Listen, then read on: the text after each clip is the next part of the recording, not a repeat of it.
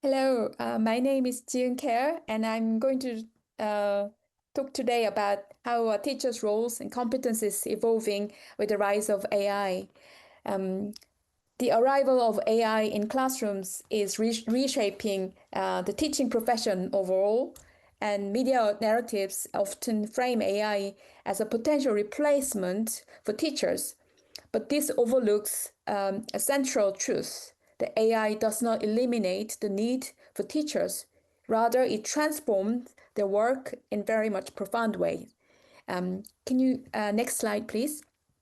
So there are AI in education is something we must to not like what we can choose, but we have to embrace, and teachers need to know how we embrace. But in an AI and education, the two sides, it can help. It's a huge bliss in a way. It can help people displaced, vulnerable, to have more opportunity. It can lower the barriers, language barriers, bring education to more people. And it's one interesting thing I found is that actually AI in education can reduce anxiety of the pupils. But next slide, please. But we also know that it's not always good. AI can create a lot of problems in education and in our young children or the pupils. Deep fakes, the vulnerables, young or elderly, or how can they able to distinguish deep fakes and the reality, the real person? It's a big problem. We don't know the answer even. Privacy and security, who owns the data? And over dependence. I think in an education setting, this is one of the big problems, this over dependence. People know everybody is using AI, students, pupils, and teachers, but without really knowing what should they do or what they shouldn't do, and they're becoming more and more addicted to it. Over dependence is a big problem. Next slide, please. And so, what should we do? We can't resist the AI, but how do we balance and manage this AI? And I think in this talk, and what I believe is that teachers' role is important, but also we have to really think about our education. Knowledge alone is not the power. Memorization is no longer necessary or advantageous. So, in a way, we should rethink about what actually it means to learn and to teach. Next slide, please. And the pupils we are dealing with is AI natives. Of course, Mark Prensky has notion of digital native, but I coined the word AI native because it's hugely different. AI natives, they are critically engaged with AI systems, evaluating their accuracy, ethical implications, potential biases, and all these things. They have to think, and they actually very active in this. Their familiarity and mastery of AI makes them adapt to integrating AI into creative, productive way and ethically aware of practices. They so in a way, the digital native and AI natives very different, and we are dealing with these AI natives. Hence, we have to also rethink. Teachers have to think about our roles again. Next slide, please. So human teachers and AI natives, AI teachers and human teachers. Again, I want to kind of emphasize that we shouldn't think they are AI's sort of enemies, but we have to find out how we work together. At the same time, AI can be great help to human teachers. But for example, AI is available all the time. I think it doesn't mean know everything, but it provides good information, and it enables personalized teaching. In the case of South Korea, at the moment it's on hold, but about 30% of schools and it already adapted AI from primary school. And in a way, it's because the good point of this AI in education is because it enables teaching, personalized teaching. It's difficult in one classroom, how big or small. One teacher have to deal with 20 pupils, 30 pupils. They're all different. Their interest is different. Their proficiency is different. It's all different. So in a way, AI can be used in personalized teaching. However, it also it helps to lower the anxiety because sometimes pupils find it difficult to interact with the teacher. They can feel more anxious. I'm going to come back to this through my own finding. However, AI, the limit of AI is not really able to provide grounded empathy, encouragement or direction or guidance. And in a way, human teachers can only do that because they have lived real-time life experience. So in a way, human teachers can really motivate and guide and reward, whereas AI can have sort of more, skill-based learning. So we have to work together, human teachers with AI. But in a way, what I'm trying to say is you can't replace one with the other. Next slide, please. Homework and exam, among many things, I think the way we assess, we need some rethinking because, as we all know, I talk about over dependence, but exams and homework or essays, or how we should do it. Many students, even young students, already using it in their classrooms to do their assignments. And hence, we need to find some more creative way to assess their ability and help them to grow further. But in a way, again, we have to use it well. That it's not a matter of using or not using, but we have to help them to use well. That is the point. Next slide, please. And teacher competencies in the AI age, I think, is very important. It's not about teaching how to use AI. I had a workshop 2 years ago, AI linguistics workshop, and I wanted to help them to use how to use, teach how to use AI. But what I found is that they are born as AI natives. I didn't have anything to teach because they were more fluent than I was. So I think it's not about teacher competency. It's not about, being good at AI, but there's something else. And I kind of think I have three keywords: balance, awareness, and flexibility. But I want to talk about balance first, balance most. And basically what balance means is to know when to tell or to understand when to use AI, when not to use AI, and how to use AI in what capacity. This is most important to teacher competency, I think. The capacity to decide when and how to use AI in learning. Teachers today must know when to let pupils use AI, when to intervene with the human presence, and when to pause for more physical learning. Since pupils already engage with the AI tools anyway outside schools, the task is not prohibition but collaboration and guiding learners to move fluidly between digital and human modes of thought. But this is something that only teachers can do. I did my own field work, empirical work with the university students. And although I observed some middle school students, but if you do it with, for example, young children, you have to have your own, way, like, whether you have only 20 minutes or 10 minutes exposure and 20 minutes detox, whether you use it for writing alone or not in listening, how you use it, when to use it, you have to think. And in order for you to find the right balance, you must experience. You can't just say AI is not my cup of tea, but you have to actually experience and to see what it works, what it doesn't work, when to intervene, when not to intervene. Next slide, please. And awareness, again, the pros and cons of AI use that in a way, you shouldn't have black and white view, but you actually should work. And for me, for example, like teaching grammar, it works, but for writing, for example, I think it's better for them to not to use AI. So speaking actually worked because speaking practice, they kind of pupils overcame sort of speaking anxiety when they were speaking with the AI. And this is one of the things that actually I found very interesting, that interacting with the AI, they found less anxious because with human teachers, they may feel like, oh, what if I make mistakes? But this fear of what if I make mistake didn't really exist with AI. I think so. This is something that, for example, human teachers must be aware and how to balance the two in order to have the best income. Next slide, please. So we have to be flexible and to see what is needed and what to use. We have always to be open-minded. Next slide, please. And I think in the AI age, for example, it's not about learning how to use AI that we have to spend more time on.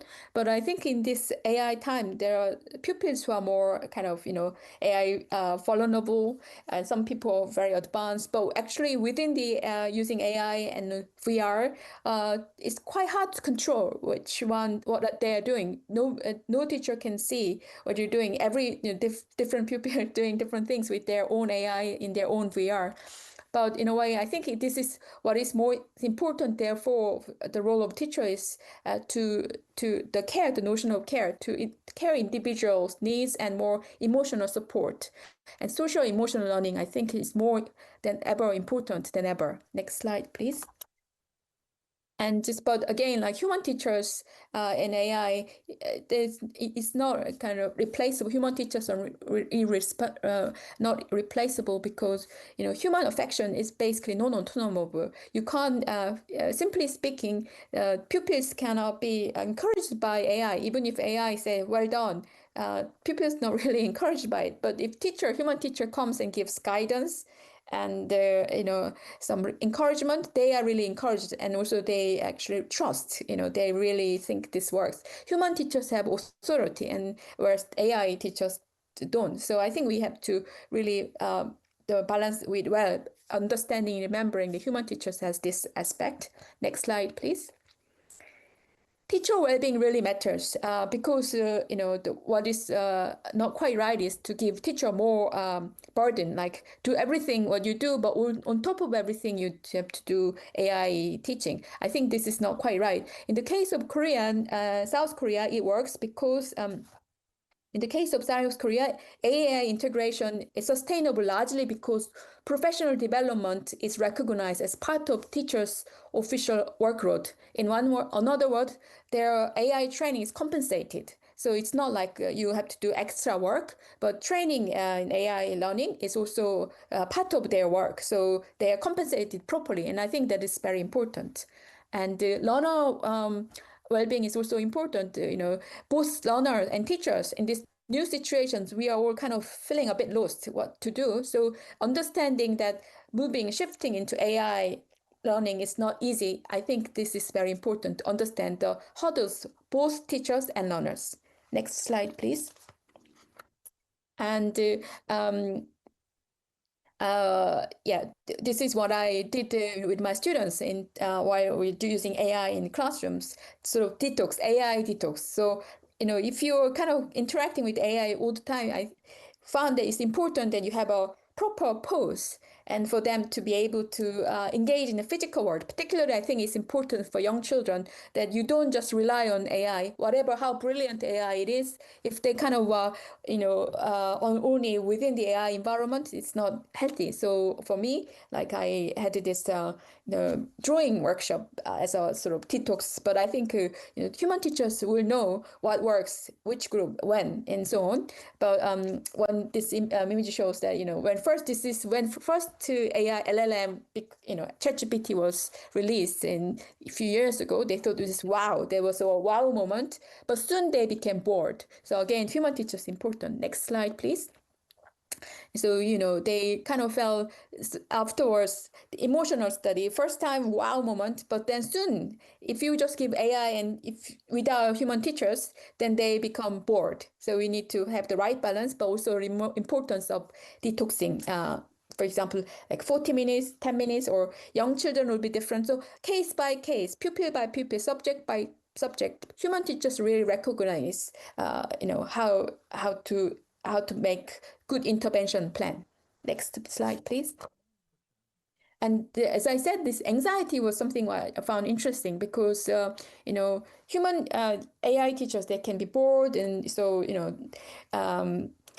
not so positive in some cases, but in anxiety lowering was clearly shown in many of my case studies that, again, simply human teachers, what if I make mistakes? But with the AI teachers, they don't really feel that fear. So as a result, they can try more and they can kind of have some confidence and courage to try more. So I think this is something we also need to be aware. Next slide, please. Again, repeating, but human teachers the clear role that human teachers play, and I think it's more important ever, the role of human teachers in the AI age. The change is that the role is different, but we have to acknowledge that the role has changed, but to really embrace the reality. But I mean, the responses were quite different. But I want to say one thing which is not in the slide, but the case of South Korea. And the South Korea, the national KakaoTalk community, there's a KakaoTalk is like WhatsApp like community, 3,000 member cap with numerous subgroups. So this group enables this social media, enables daily peer learning, resource sharing, emotional support, and all these things. So for the case of South Korea, also the way how those teachers were able to engage and interact and get support for AI learning and teaching was through this social media group, their own group. And I think that was very interesting. I'm also, observing their interaction. They learn together and they find some difficulty and then they find solutions together. So the solidarity through this social media group is some case study that I found very interesting and encouraging case. Next slide, please. So LLM, large language model, we have to think about them as a TA, but we have to human teachers must train them well so that they can be a good help. But also, each subject, each learning language, we need to find out what we are expecting from them. Next slide, please. But they can't replace teachers, as I said, in many ways. First over, they can't care. They are able to give some skill, teach them skill in a practice, but they can't really be an inspiring presence. So human teachers are still needed to engage and motivate students. Next slide, please. But again, I think as we talk about AI native and the presence of AI, we also have to think about teaching. We think about teaching in very hierarchical terms, but I also use the word like co-learning. We also have to learn together with our students and also have to figure out what works and what not works, and also have to rethink about what is the real aim of teaching and the method of teaching. So then we have to kind of transform our teaching that is not fact and analysis summary based, which actually, or memorization based, but we have to kind of find some new ways of critically engage our pupils to learn and to grow. Next slide, please. And again, less emphasis on skill learning is important. I think we are shocked when Google or other AI, digital media came close to us. But I think AI is a really big challenge. So we have to rethink about the things that we have to teach and put less emphasis on the things that we put more emphasis before. Next slide, please. So these are some of the case studies that I had. Simply for the students who I observed, they are not really young students, but they are university students, and they kind of felt like psychologically more. They found it less anxious, and they feel more comfort, and also they realize learning with AI is like a time saving. There's some kind of great benefit, and also they didn't really feel the difference between physical visual engagement. So this is again interesting that we kind of think physical engagement is always the best, but they also had different ideas. Next slide, please. And they also, can be more expressive. I had one student who was in the physical classroom wasn't very expressive, but when we were in VR space with AI, it was more expressive. So what I think we need to understand is that people perhaps in the physical classroom itself may not be the one and only most ideal place for them to grow. So for youngsters and AI natives, with AI in VR can be also create a safe environment for them. So we have to understand that everybody can the way how they feel safe space can be different. Next slide, please. So this is my almost final slide merge. This is I think about what the role of students. I talk about the role of students, teachers and their competence in AI age. I pick up those 5 words merge, and so M is monitor. we have to monitor teachers merge their professional judgment with AI analytics to monitor learning effectively. So teachers have to monitor, observe. And second, encourage. E is for encourage. Teachers bring warmth and human connection to AI-mediated learning by fostering students' confidence, emotional safety, and motivation. So this is, again, AI can't do. R is for reward and facilitate collaboration. Teachers merge AI's capacity for personalized feedback with the human recognition to promote teamwork, peer learning, and collective problem solving. Through this collaboration, they nurture a sense of belonging and share a shared purpose that no algorithm can replicate. So rewarding is important. And the fourth is guide. Teachers act as co-learners in guiding students to explore technology while learning alongside them. And this co-learning model strengthens curiosity, adaptability, and critical thinking, positioning both teachers and students as partners in discovery. Finally, evaluate. And teachers continuously evaluate not only students' progress, but also the impact of AI on learning and their well-being. So teachers important to always monitor and evaluate whether this works or not, so that they can also advise for them how they can use AI in their learning process. So this, I think, the merge, this merge, monitor, encourage, reward, guide, and evaluate. I think that the new rules that teachers must to develop and engage. So yeah, and my conclusion, final, next slide, please. The future of education depends on merging AI innovation with the human power of care.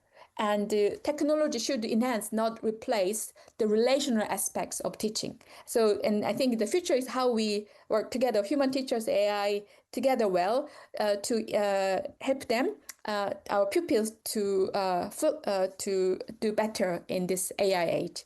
Thank you so much for this time. Thank you.